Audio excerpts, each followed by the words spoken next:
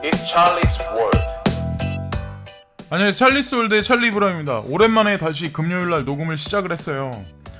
근데 어쨌건 요 근래 그린 컬러가 여기저기 등장을 하기 시작을 하면서 저도 사실 어저께도 밖에서 이렇게 저렇게 왔다 갔다 하면서 폰을 잠깐 보는데 기분이 좋긴 하더라고요. 근데 더더욱 중요한 건 뭐냐면 제가 강조해서 비트메인은 문제 없을 거다. 그리고 비트코인 캐시는 살아날 거다. SV도 한 놈이다. 자웅동체다. 이렇게 말씀드린 적이 있었는데 지금 여기 보시면은 아마 아시겠지만 제가 구체적으로 말씀 안 드려도 아마 그런 걸 느끼시는 분들이 아마 지금은 아마 인정하실 분들이 되게 많아요. 그래서 저한테 비트코인 캐시의 파산설, 비트메인의 파산설, 그리고 IPO의 불확실성, 그래서 홍콩 증시에 상장 못할 거다, 이런 얘기들, 그리고 빗썸 그 회장이 빗썸을 인수한 김병건 회장님이 BXA 토큰인가 그거에 관해서도 막 말씀하시는 분들, 루머가 퍼지고 악재가 여기저기 쏟아지고 막 그랬는데 저는 솔직히 아직까지도 제 주장을 관철하거든요. 제가 그러니까 비트메인을 움직이는 거는 소뱅이고, 그죠? 그리고 제가 말씀드렸던 건, 그리고 비트메인하고 관련 있는 게 이제 어떻게 보면은 저는 빗썸이라고 생각을 했고, 손정이 소뱅하고도 빗썸하고 또 분명히 관련이 있을 거라고 저는 생각을 했었고, 그리고 이 지금 암호화폐계 전반적인 거를 쥐락펴락하는 거는 비트코인 캐시 그쪽 있잖아요. 그쪽 진영. 그러니까 우지안초, 크레이그 라이트, 로저버 이런 사람들. 그래서 그 사람들은 어떻게 보면 세워진 꼭두각시 허수아비일 수도 있는데 중요한 건 그 사람들이 하고 있는 일들은 망하지 않는다는 거죠. 그래서 얼마 전에 아마 비트코인 캐시가 다른 코인들보다 되게 많이 폭락했을 때가 아마 분명히 있었을 거예요. 그래서 손절하신 분들은 어쩔 수 없는 거고, 그리고 만약에 계속해서 홀딩 하시거나 분할 매수 하셨던 분들은 아마 지금 웃고 계시는 분들도 분명히 있을 거예요. 근데 저는 시세가 이만큼 올랐다를 웃지 않아요. 제가 바라보는 비트코인 캐시 가격이 있기 때문에, 그리고 스텔라 루멘도 그렇고 오미세고 가격이 있기 때문에, SV도 마찬가지고 제가 바라보는 관점이 있기 때문에 이거는 시작도 아니죠. 사실 솔직히 말씀드리면. 근데 어쨌건 중요한 건 지금 전반적으로 그린 컬러가 쭉쭉쭉쭉 돼서 그래서 비트코인은 8.7% 그리고 XRP는 4.8%. 그래서 XRP를 되게 리플코인을 되게 추종하시거나 엄청나게 상승할 거라고, 그리고 나머지는 그렇게 말씀하셨던 분들이 있는데 그분들이 보는 관점이 있는 거고, 저는 제가 바라보는 관점이 있는 거고, 그래서 포트폴리오도 다 각자 틀린 거잖아요. 스텔라 루멘도 저는 중장기로 나쁘지 않다고 생각을 해요. 근데 중요한 거는 저는 비트코인 캐시가 조금 일을 중장기로 봤을 때 한 5년 보면은 뭔가 어떻게 보면 비트코인 자리를 올라가지 않을까라는 생각도 하거든요. 그래서 리플이 올라갈 거다라고 말씀하시는 분들도 되게 많지만, 그렇게 되지 못하는 여러 가지 이유들은 사실 있어요. 그래서 어쨌건 중요한 거는 제가 말씀을 드려서 약간 이런 코인들이 그래도 엄청나게 하락했다가 하락세를 완전히 반전시키는 그런 것들이 나와서 내년 되면 아마 또 다른 뉴스들이 아마 터져 나올 거예요. 그래서 중국색이 짙은 코인은 망할 거다, 그래서 비트메인은 망할 거다라고 그런 얘기들을 유튜버들도 그런 식으로 말씀하신 분도 분명히 계셨고 그랬었는데, 어쨌건 그래요. 저는 거기다 대고 더 이상 말할 필요가 뭐가 있을까요? 도대체 현실이 중요한 거죠, 지금 현재가.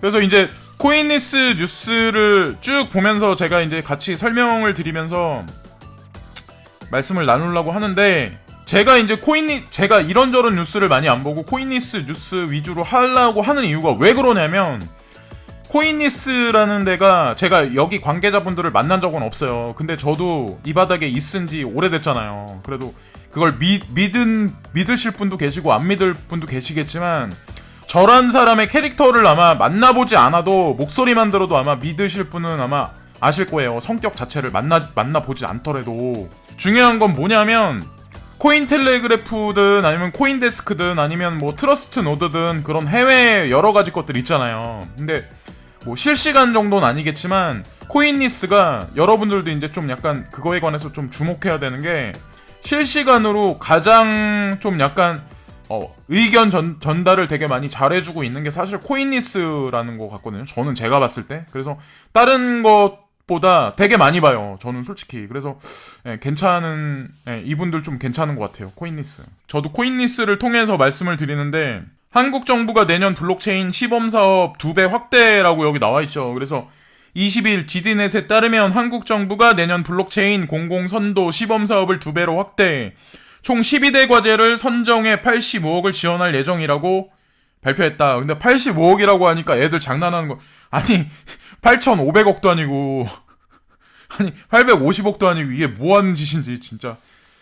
예, 어쨌든 이거를 말씀드리는 저도 좀 약간 그러네요. 근데 예, 어쨌건 중요한 건 시범사업 2배 확대라고 해서 금액이 이렇게 나오긴 했지만 저는 뭔가 많이 하고 있을 것 같아요. 그러니까 일반 대중들이 모르게. 그래서 제로페이 같은 경우도 20일부터 분명히 시행을 했는데 오피셜하게 나오는 뉴스에는 별로 뭐 반응이 띄엄띄엄이다 이렇게 얘기 나오지만 중요한 건 QR 결제 시스템이 이제 우리 모바일 폰하고 연동해서 그게 삼성페이가 됐든 아니면 카카오페이가 됐든 무슨 페이가 됐든 어떤 중요한 거는 뭐냐면 그런 것들이 결국에는 다 연결될 수 있는 거를 한국 정부에서도 사실 승인하고 그걸 용인해서 지금 티가 안 나게 사실은 움직인다고 저는 생각을 하거든요. 그래서 어떻게 보면 저는 지금은 아니겠지만 내년 G20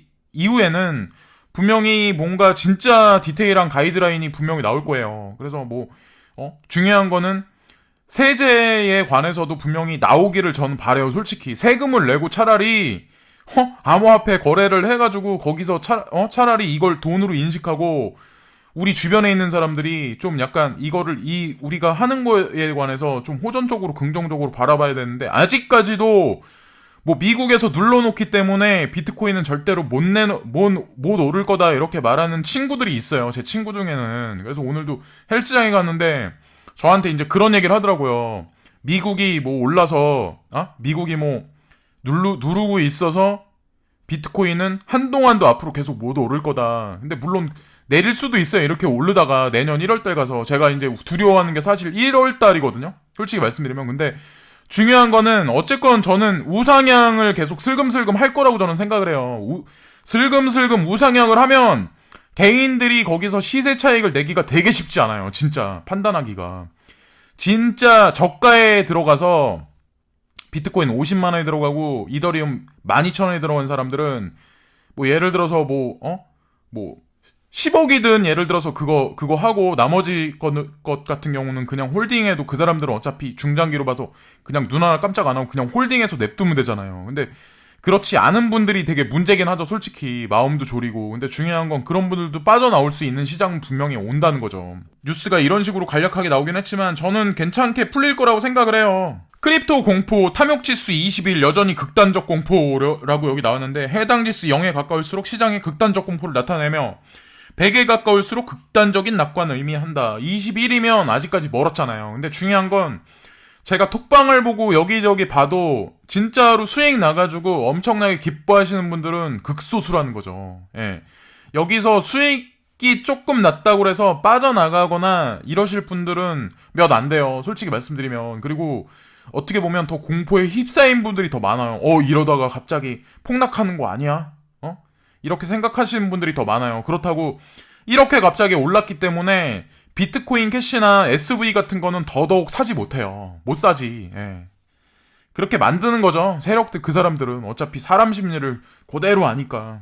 그래서 어쨌건 중요한 거는 이렇게 슬금슬금 오르는 게 사실은 더 무섭다. 예. 저도 더 오르길 바라긴 하지만 기분이 나쁘진 않지만 어쨌건 무섭기도 해요. 솔직히. 중국의 마이닝 풀 CEO가 BCH 자체 역량으로 크레이그 라이트 방해 극복이라고 여기 나와 있는데 제가 예전에도 똑같이 말씀드린 적이 있지만 지금 시세도 마찬가지로 이런 식으로 장난을 계속 피는데 ABC가 됐든 SV가 됐든 그 사람들이 무슨 반대 진영이 어쩌느니 해시레이트를 서로 깎아먹느니 방해라니 이렇게 여기 이런 식으로 오피셜하게 그거에 관해서 뭐 디스를 하고 서로 뭐 영역 다툼을 하고 막 이러는데, 저는 지금도 다시 한번 강조해서 말씀드리지만 똑같은 놈들이 연극을 한다고 생각을 하거든요.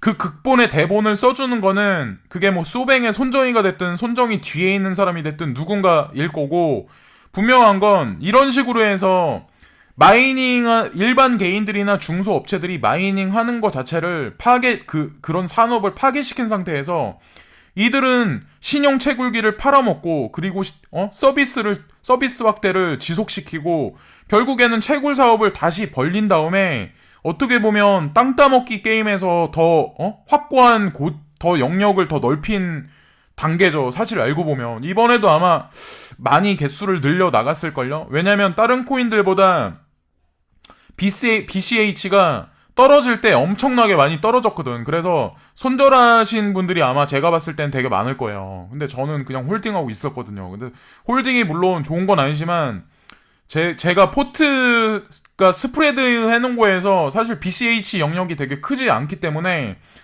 그냥 뭐 조금 떨어졌다 그러니까 조금은 아니죠. 솔직히 말씀드리면 저한테 제가 이런 말씀드리면 욕하는 분들이 계시겠지만, 예, 어쨌건 뭐 중장기로 봐서 그냥 건들지도 않기 때문에, 예, 그냥 괜찮을 거라고 저는 생각을 해요. 중장기로 뭐 BCH, SV, 예, 이런 것도 그렇고 스텔라 로맨도 그렇고 뭐 오미세도 뭐 별로 오르진 않았지만 어쨌건 중장기로 소뱅하고 관련이 있지 않을까? 예, 다시 한번 강조해서 말씀을 드릴게요. 그리고 여기 보시면 BTC.com이 채굴풀이 LTC 채굴 게시라고 여기 나오는데, 비트코인.com이 누구 건지는 아마 다들 아실 거예요. 근데 보시면 채굴 채굴을 다시 시작을 했잖아요. 라이트코인을. 그럼 이게 뭐를 의미냐면, 제가 좀 전에 말씀드린 그런 거랑 사실 일맥상통하게 어떻게 보면 같은 맥락이라고 저는 생각을 하거든요. 그래서 이 사람들은 지금 채굴에서 망한 사람들이 고물상이나 아니면 그거를 저기 창고에 박아놨을 때, 그때 어떻게 보면은 더 자기네 영역을 확장해서 늘펴놨죠. 그래서 아마 지금 채굴을 시작하려면 아마 신형 채굴기를 사야 하거나 이런 상황이 올 수도 있어요. 그러면 결국에는 채굴 이쪽에서도 마찬가지로 손절한 사람들이 다시 들어오려면 더 많은 돈을 지불하고 다시 해야 되기 때문에 그런 걸 노렸다고 저는 생각을 하거든요. 그리고 여기 보시면은 이것도 이제 코인리스에서 이슈 리포트라고 그래서 2018년도 주요 스테이블 코인 자금 이동 경로 심층 분석한데, 내용이 괜찮은 것 같아서 같이 한번 읽어볼게요. 그래서 일부 전문가 사이에서는 스테이블 코인이 완벽한 리스크 해피 대안이 될 수 없지만 메이저 토큰과의 상관관계를 이용 일정 범위 내 투자 위험 상쇄가 가능하다는 의견이 나온다. 특히 USDC, TUSD, 팍스는 모두 BTC와 가격 변동폭 상관관계 개수가 0.5 이상으로 가격 방향은 마이너스의 관계를 나타냈다. 이는 BTC의 가격 급락 시 해당 스테이블 코인이 급등한 경우가 많았다는 것으로 일정 부분 리스크 회피 효과가 있는 것으로 해석된다라고 이런 식으로 나왔는데, 그런 분들이 있잖아요. 스테이블 코인이 득세를 할 거고, 그 다음에 그러니까 비트코인 같은 경우는 어떻게 보면 도미넌스가 조금 줄어들 거다라고 말씀하시는 분이 있는데, 그거를 그렇게 되는 게 아니라, 사실 저는 이런 뉴스를 보면 어떻게 저는 해석을 하냐면, 스테이블 코인 개수나 볼륨, 이쪽에 스테이블 개수나 어떻게 보면 그러니까 그런 거 볼륨을 상승시켜서 그것도 레버리지로 작용하게 만들고, 그걸 이용해서 진짜는 뭘 이용하냐면 사실상 비트코인 가격을 올려놓고 그 다음에 그 볼륨을 다시 상승시키는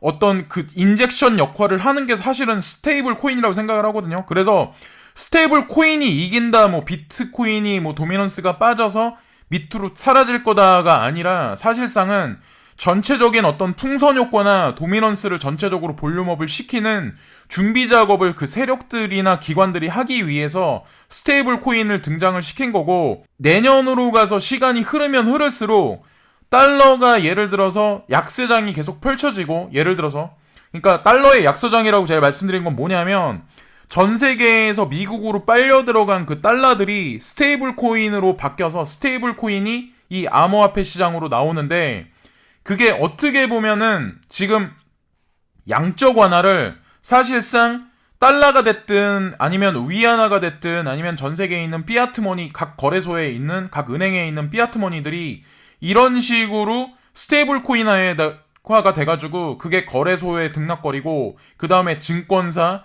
그리고 은행을 들락거리고 결국에는 그런 어떤 플랫폼과 플랫폼 사이의 그런 괴리가 결국에는 점점 그 공극이 작아진 상태에서 결국에는 그런 금융 플랫폼이 일원화된다는 거죠. 제가 바라보는 관점은 아마 그런 그림으로 가지 않을까라는 생각을 하거든요. 그래서 ETF가 등장을 하면서는 또 다른 판도가 분명히 생길 거예요. 근데 벡트 거래소보다 제가 바라보는 거는 전 세계적인 이슈거리를 만들어내는 거는 벡트 거래소는 미국에 국한된 얘기고 사람들이 착각을 하는 게 뭐냐면 벡트 거래소가 미국에 국한된 얘기긴 하지만 중요한 건 엔트파이낸셜을 되게 우습게 보는 사람이 많은데 엔트파이낸셜 자금력이 그 골드만삭스 자금력을 넘겼어요. 그러니까 자기가 아는 한도 내에서 자기 지식 갖다 거기만 이렇게 관철을 시켜서 퍼즐을 맞추니까 그것만 보는 거죠. 그것만 보이는 거죠. 자, 그러니까 골드만삭스의 시가총액하고 예를 들어서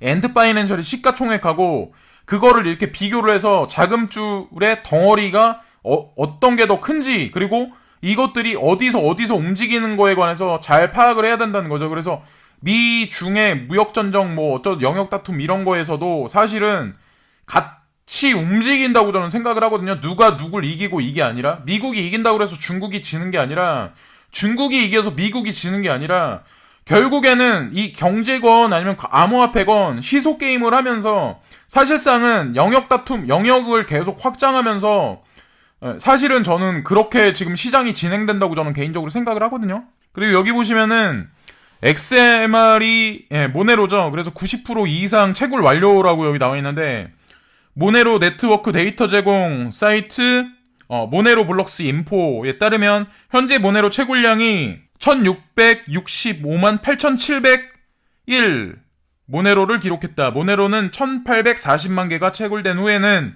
1분마다 일정하게 0.3개 모네로씩 증가하도록 설계되어 있으며 채굴 보상이 끝나는 1840만 모네로를 기준으로 90.53% 이상 채굴됐다. 자, 모네로 채굴이 90% 이상 채굴 완료됐다라고 여기 나오는데 모네로 채굴이 다 끝나면 어떻게 될까요? 모네로가. 그럼 가격이 어떻게 될까요? 자, 모네로가 예전에 되게 많이 상승한 적이 있어요. 그래서 저는 그런 생각을 하거든요. 물론 골드만에서 밀어주는 예를 들어서 골드만에서 밀어주는 G캐시도 나쁘지 않아요. 왜냐면 거대 세력이기 때문에 골드만도. 근데 진짜 중요한 건 뭐냐면 어떻게 보면 익명성 그런 기술로 따지면 사실은 모네로가 저는 갑이라고 생각을 하거든요. 그래서 그런 사람들이 있어요. 이게 만약에 코인 시장이 그러니까 지금보다 현물 시장에 근접하고 코인 시장이 엄청나게 예를 들어서 차별화 장세로 가면 익명성 코인은 다 사장되지 않을까, 대시 코인은 죽지 않을까, 모네로는 죽지 않을까, G캐시는 죽지 않을까라는 말씀하시는 분들이 되게 많은데 어떻게 보면 대시에서 쓰여지는 그런 기술들, 모네로에서 쓰여지는 그런 기술, 그리고 G캐시에서 쓰여지는 영지식 증명 이런 기술, 그리고 모네로는 링 시그네처인가 아마 그런 기술이 분명히 있을 거예요. 근데 그런 것들이 더 강점으로 작용할 확률이 되게 높거든요.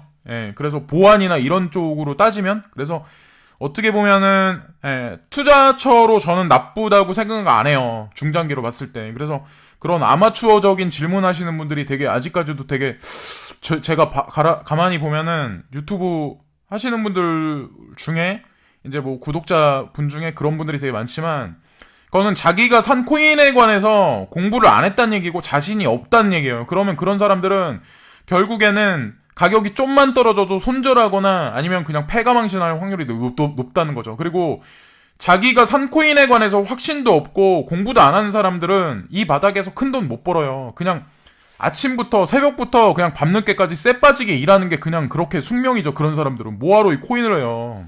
그렇게 노력도 안 하고 자기 공부도 안 하면서 그리고 말해줘. 누군가 유튜브가 확신을 중에 그렇게 말한다는 거에 관해서 그 말 한마디 믿고 그거를 믿는 것도 사실 바보죠. 그렇게 말한다 그래서 그 사람이 무슨 천재예요? 유튜브 중에? 그렇게 말한 사람이 그러면 통장에 100억은 있어야지. 그런 사람이 몇이나 될 것 같아요. 통장에 100억씩 있는 사람이.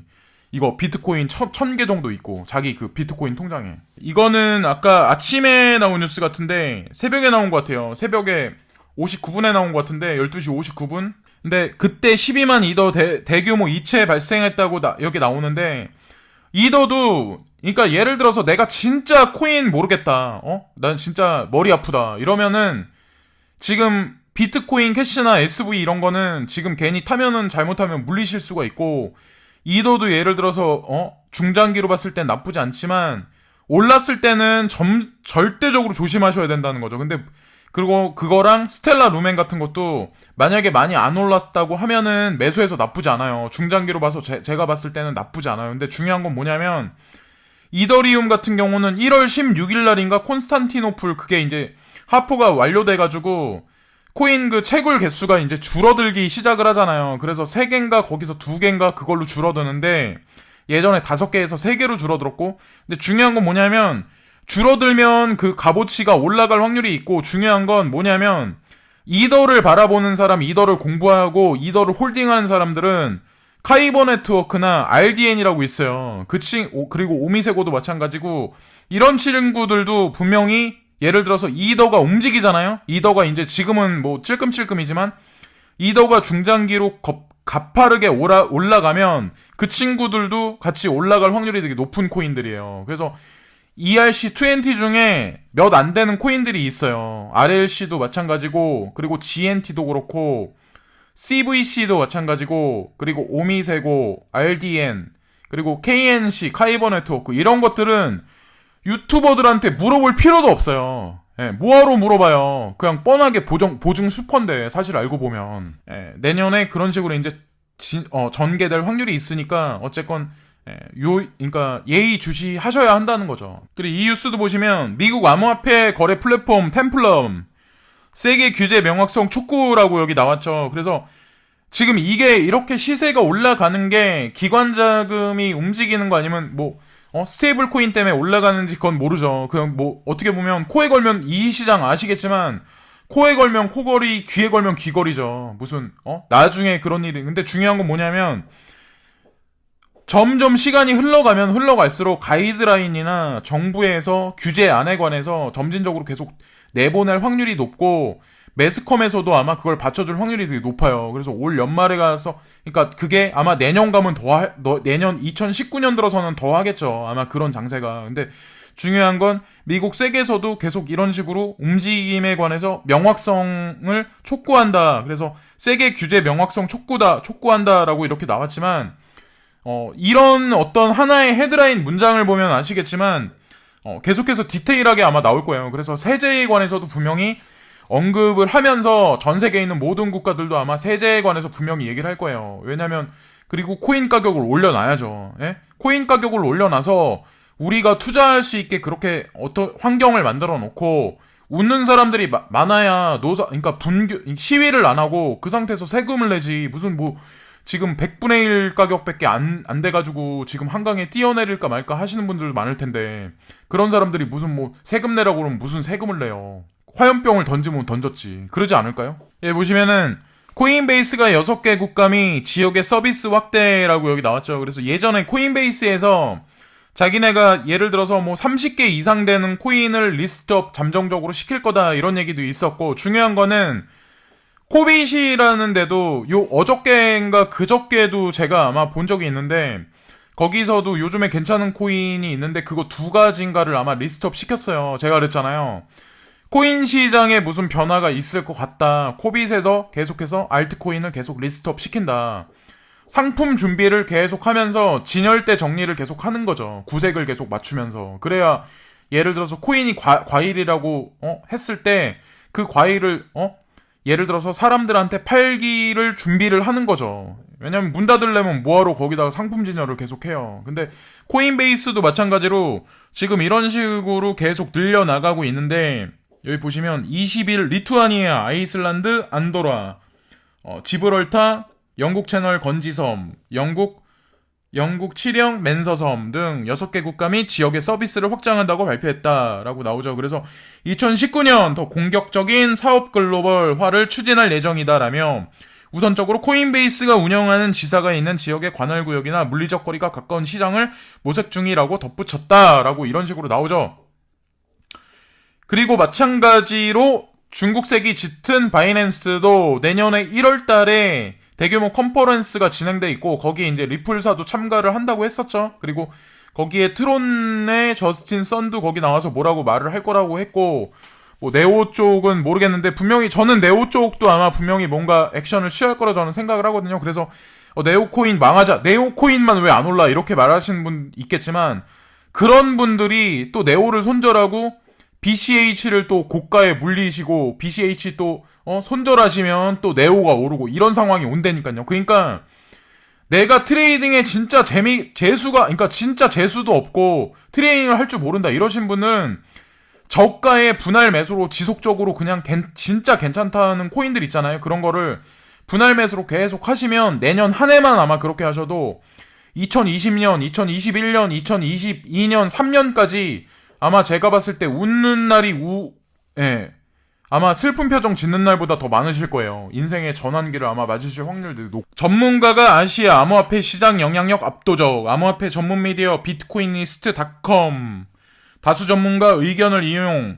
최근 미국발 호재로 비트코인 등 주류 암호화폐가 상승세를 보이고 있지만 암호화폐 시장에서 아시아 지역 비중이 여전히 크다며 아시아는 암호화폐 시장의 원동력이라고 보도했다. 암호화폐 전문 리서치 회사 모자이크 보고서에 따르면 최근 암호화폐 관련 중대 이슈 중 11개 아시아 지역에서 발생했으며 아시아 이슈의 평균 시장 영향력은 약 19%다. 한편 최근 암호화폐 주요 호재 이슈로는 미국 증권거래위원회 비트코인 ETF 승인 여부, 암호화폐 금융, 파생 상품 개발 움직임 등 미국발 이슈가 지목됐다라고 여기 나오죠. 근데 중요한 건 미국 위주로 웨스턴 위주로 돌아가신다는 분들이 되게 많지만 암호화폐 시장은 아시아 위주로 돌아가요. 예전서부터 지금도 그렇고 미래도 그건 변함이 없어요. 제가 이제 다시 한번 말씀드리고 싶은 게 뭐냐면 한국이라는 나라를 되게 무시하는 사람들이 되게 많아요. 근데 웃긴 건 외국의 비행기를 예를 들어서 100번 이하로 탄 사람이나 해외를 예를 들어서 해외에서 일을 안 해본 사람 그리고 뭐 예를 들어 그런 데서 공부 안 했던 사람 그리고 한국 내에서만 그냥 한국 사람들끼리 부딪혔던 사람들은 이상하게 한국을 되게 디스하는 사람이 되게 많다는 거죠.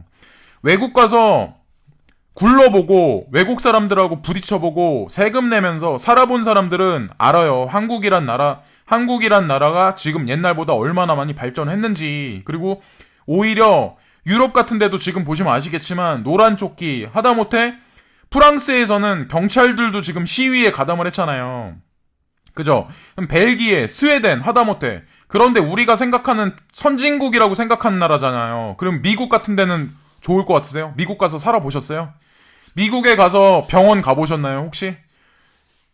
병이 걸리면 그 돈 못 내가지고 죽어나간 사람이 훨씬 많아요. 그리고 내가 생각하는 것보다 총기로 인해서 옆에서 죽어나는 사람을 본 사람도 있어요. 제 옆에서. 그런 거 경험해 본 사람들은 그거를 아마 알 거예요. 어떤 건지. 그러니까 한국에 사시는 거를 어떻게 보면 더 열심히 사시고 외국 가서 똑같은 노력을 하잖아요. 외국 가서 사시는 것보다 한국에서 그만큼 노력하잖아요. 그럼 더 성공할 확률이 높아요. 제가 보기에는 그렇거든요. 제 짧은 식견일지 모르겠지만 저는 그렇게 생각을 해요. 예. 그래서 어쨌건 아마 한국이 암호화폐 허브가 될 확률이 높지 않을까라는 생각을 하는. 지금은 어떻게 보면 홍콩도 중요하고 싱가폴도 되게 중요한 위치지만 5G 서비스가 아마 지금보다 아마 시장의 확립을 되게 많이 하고 선도적 자리 위치에 만약에 한국이 서가지고 그 중앙에 만약에 지정학적 위치로 만약에 통일이 되면서 쓰면 아마 그 가시적 효과는 극대화될 확률이 되게 높아요. 예. 그거는 뭐 내년 가서 다시 한번 말씀을 드리고 이게 오늘 마지막으로 말씀드리려고 하는 건데 이더랑 BCH, XLM, BSV, 트론이 두 자리대 상승이라고 나오죠. 그래서 여기 지금 나오는 코인들은 저는 진짜 괜찮다고 생각을 하거든요. 제가 예전서부터 말씀드렸지만 특히나 비트코인 캐시 그리고 BSV 괜찮고 XLM 그리고 여기 오미세고가 빠졌는데 저는 그놈도 분명히 한 방을 칠 거라고 저는 생각을 해요. 그래서 지금 뭐 시세가 엄청나게 재미없긴 하지만 저는 믿습니다. 손정희 회장님을 믿고 비트 꼭두각시인 우지안을 믿고 그리고 뭐 그렇게 생각하시는 분들이 되게 많은데 IPO가 비트메인 IPO가 실패할 거다라고 생각하시는 분들이 되게 많으시겠지만 BCH하고 BSV가 이런 식으로 움직이면 어떻게 보면 저는 IPO도 성공적으로 어떻게 돌아갈 거라고 저는 생각을 하거든요. 그리고 비트메인에서도 거래소를 분명히 열 확률이 되게 높아요.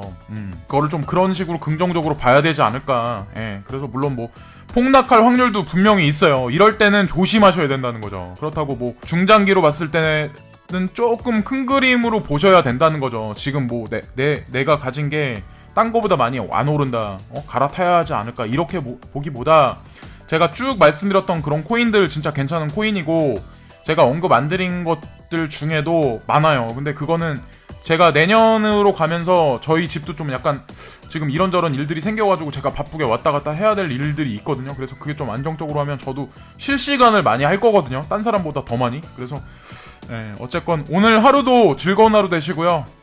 그리고 수익 나신 분들만 너무 막 이렇게 부러워하지 마시고 내가 가진 코인들도 분명히 오를 확률도 있으니까 지금 비트코인 캐시나 비트코인 뭐 이런 친구들만 오르는 게 아니라 이게 또 다시 쓱 밑으로 내려가면서 다른 알트로 번질 확률도 되게 높아요. 그러니까 중요한 건 섣부르게 갈아타지 마시라는 거죠. 절대로 이럴 때는 절대적으로 그걸 조심하셔야 돼요. 오늘 하루도 즐거운 하루 되시고 다른 뉴스에서 또다시 뵙겠습니다. 감사합니다. 구독과 좋아요 부탁드립니다.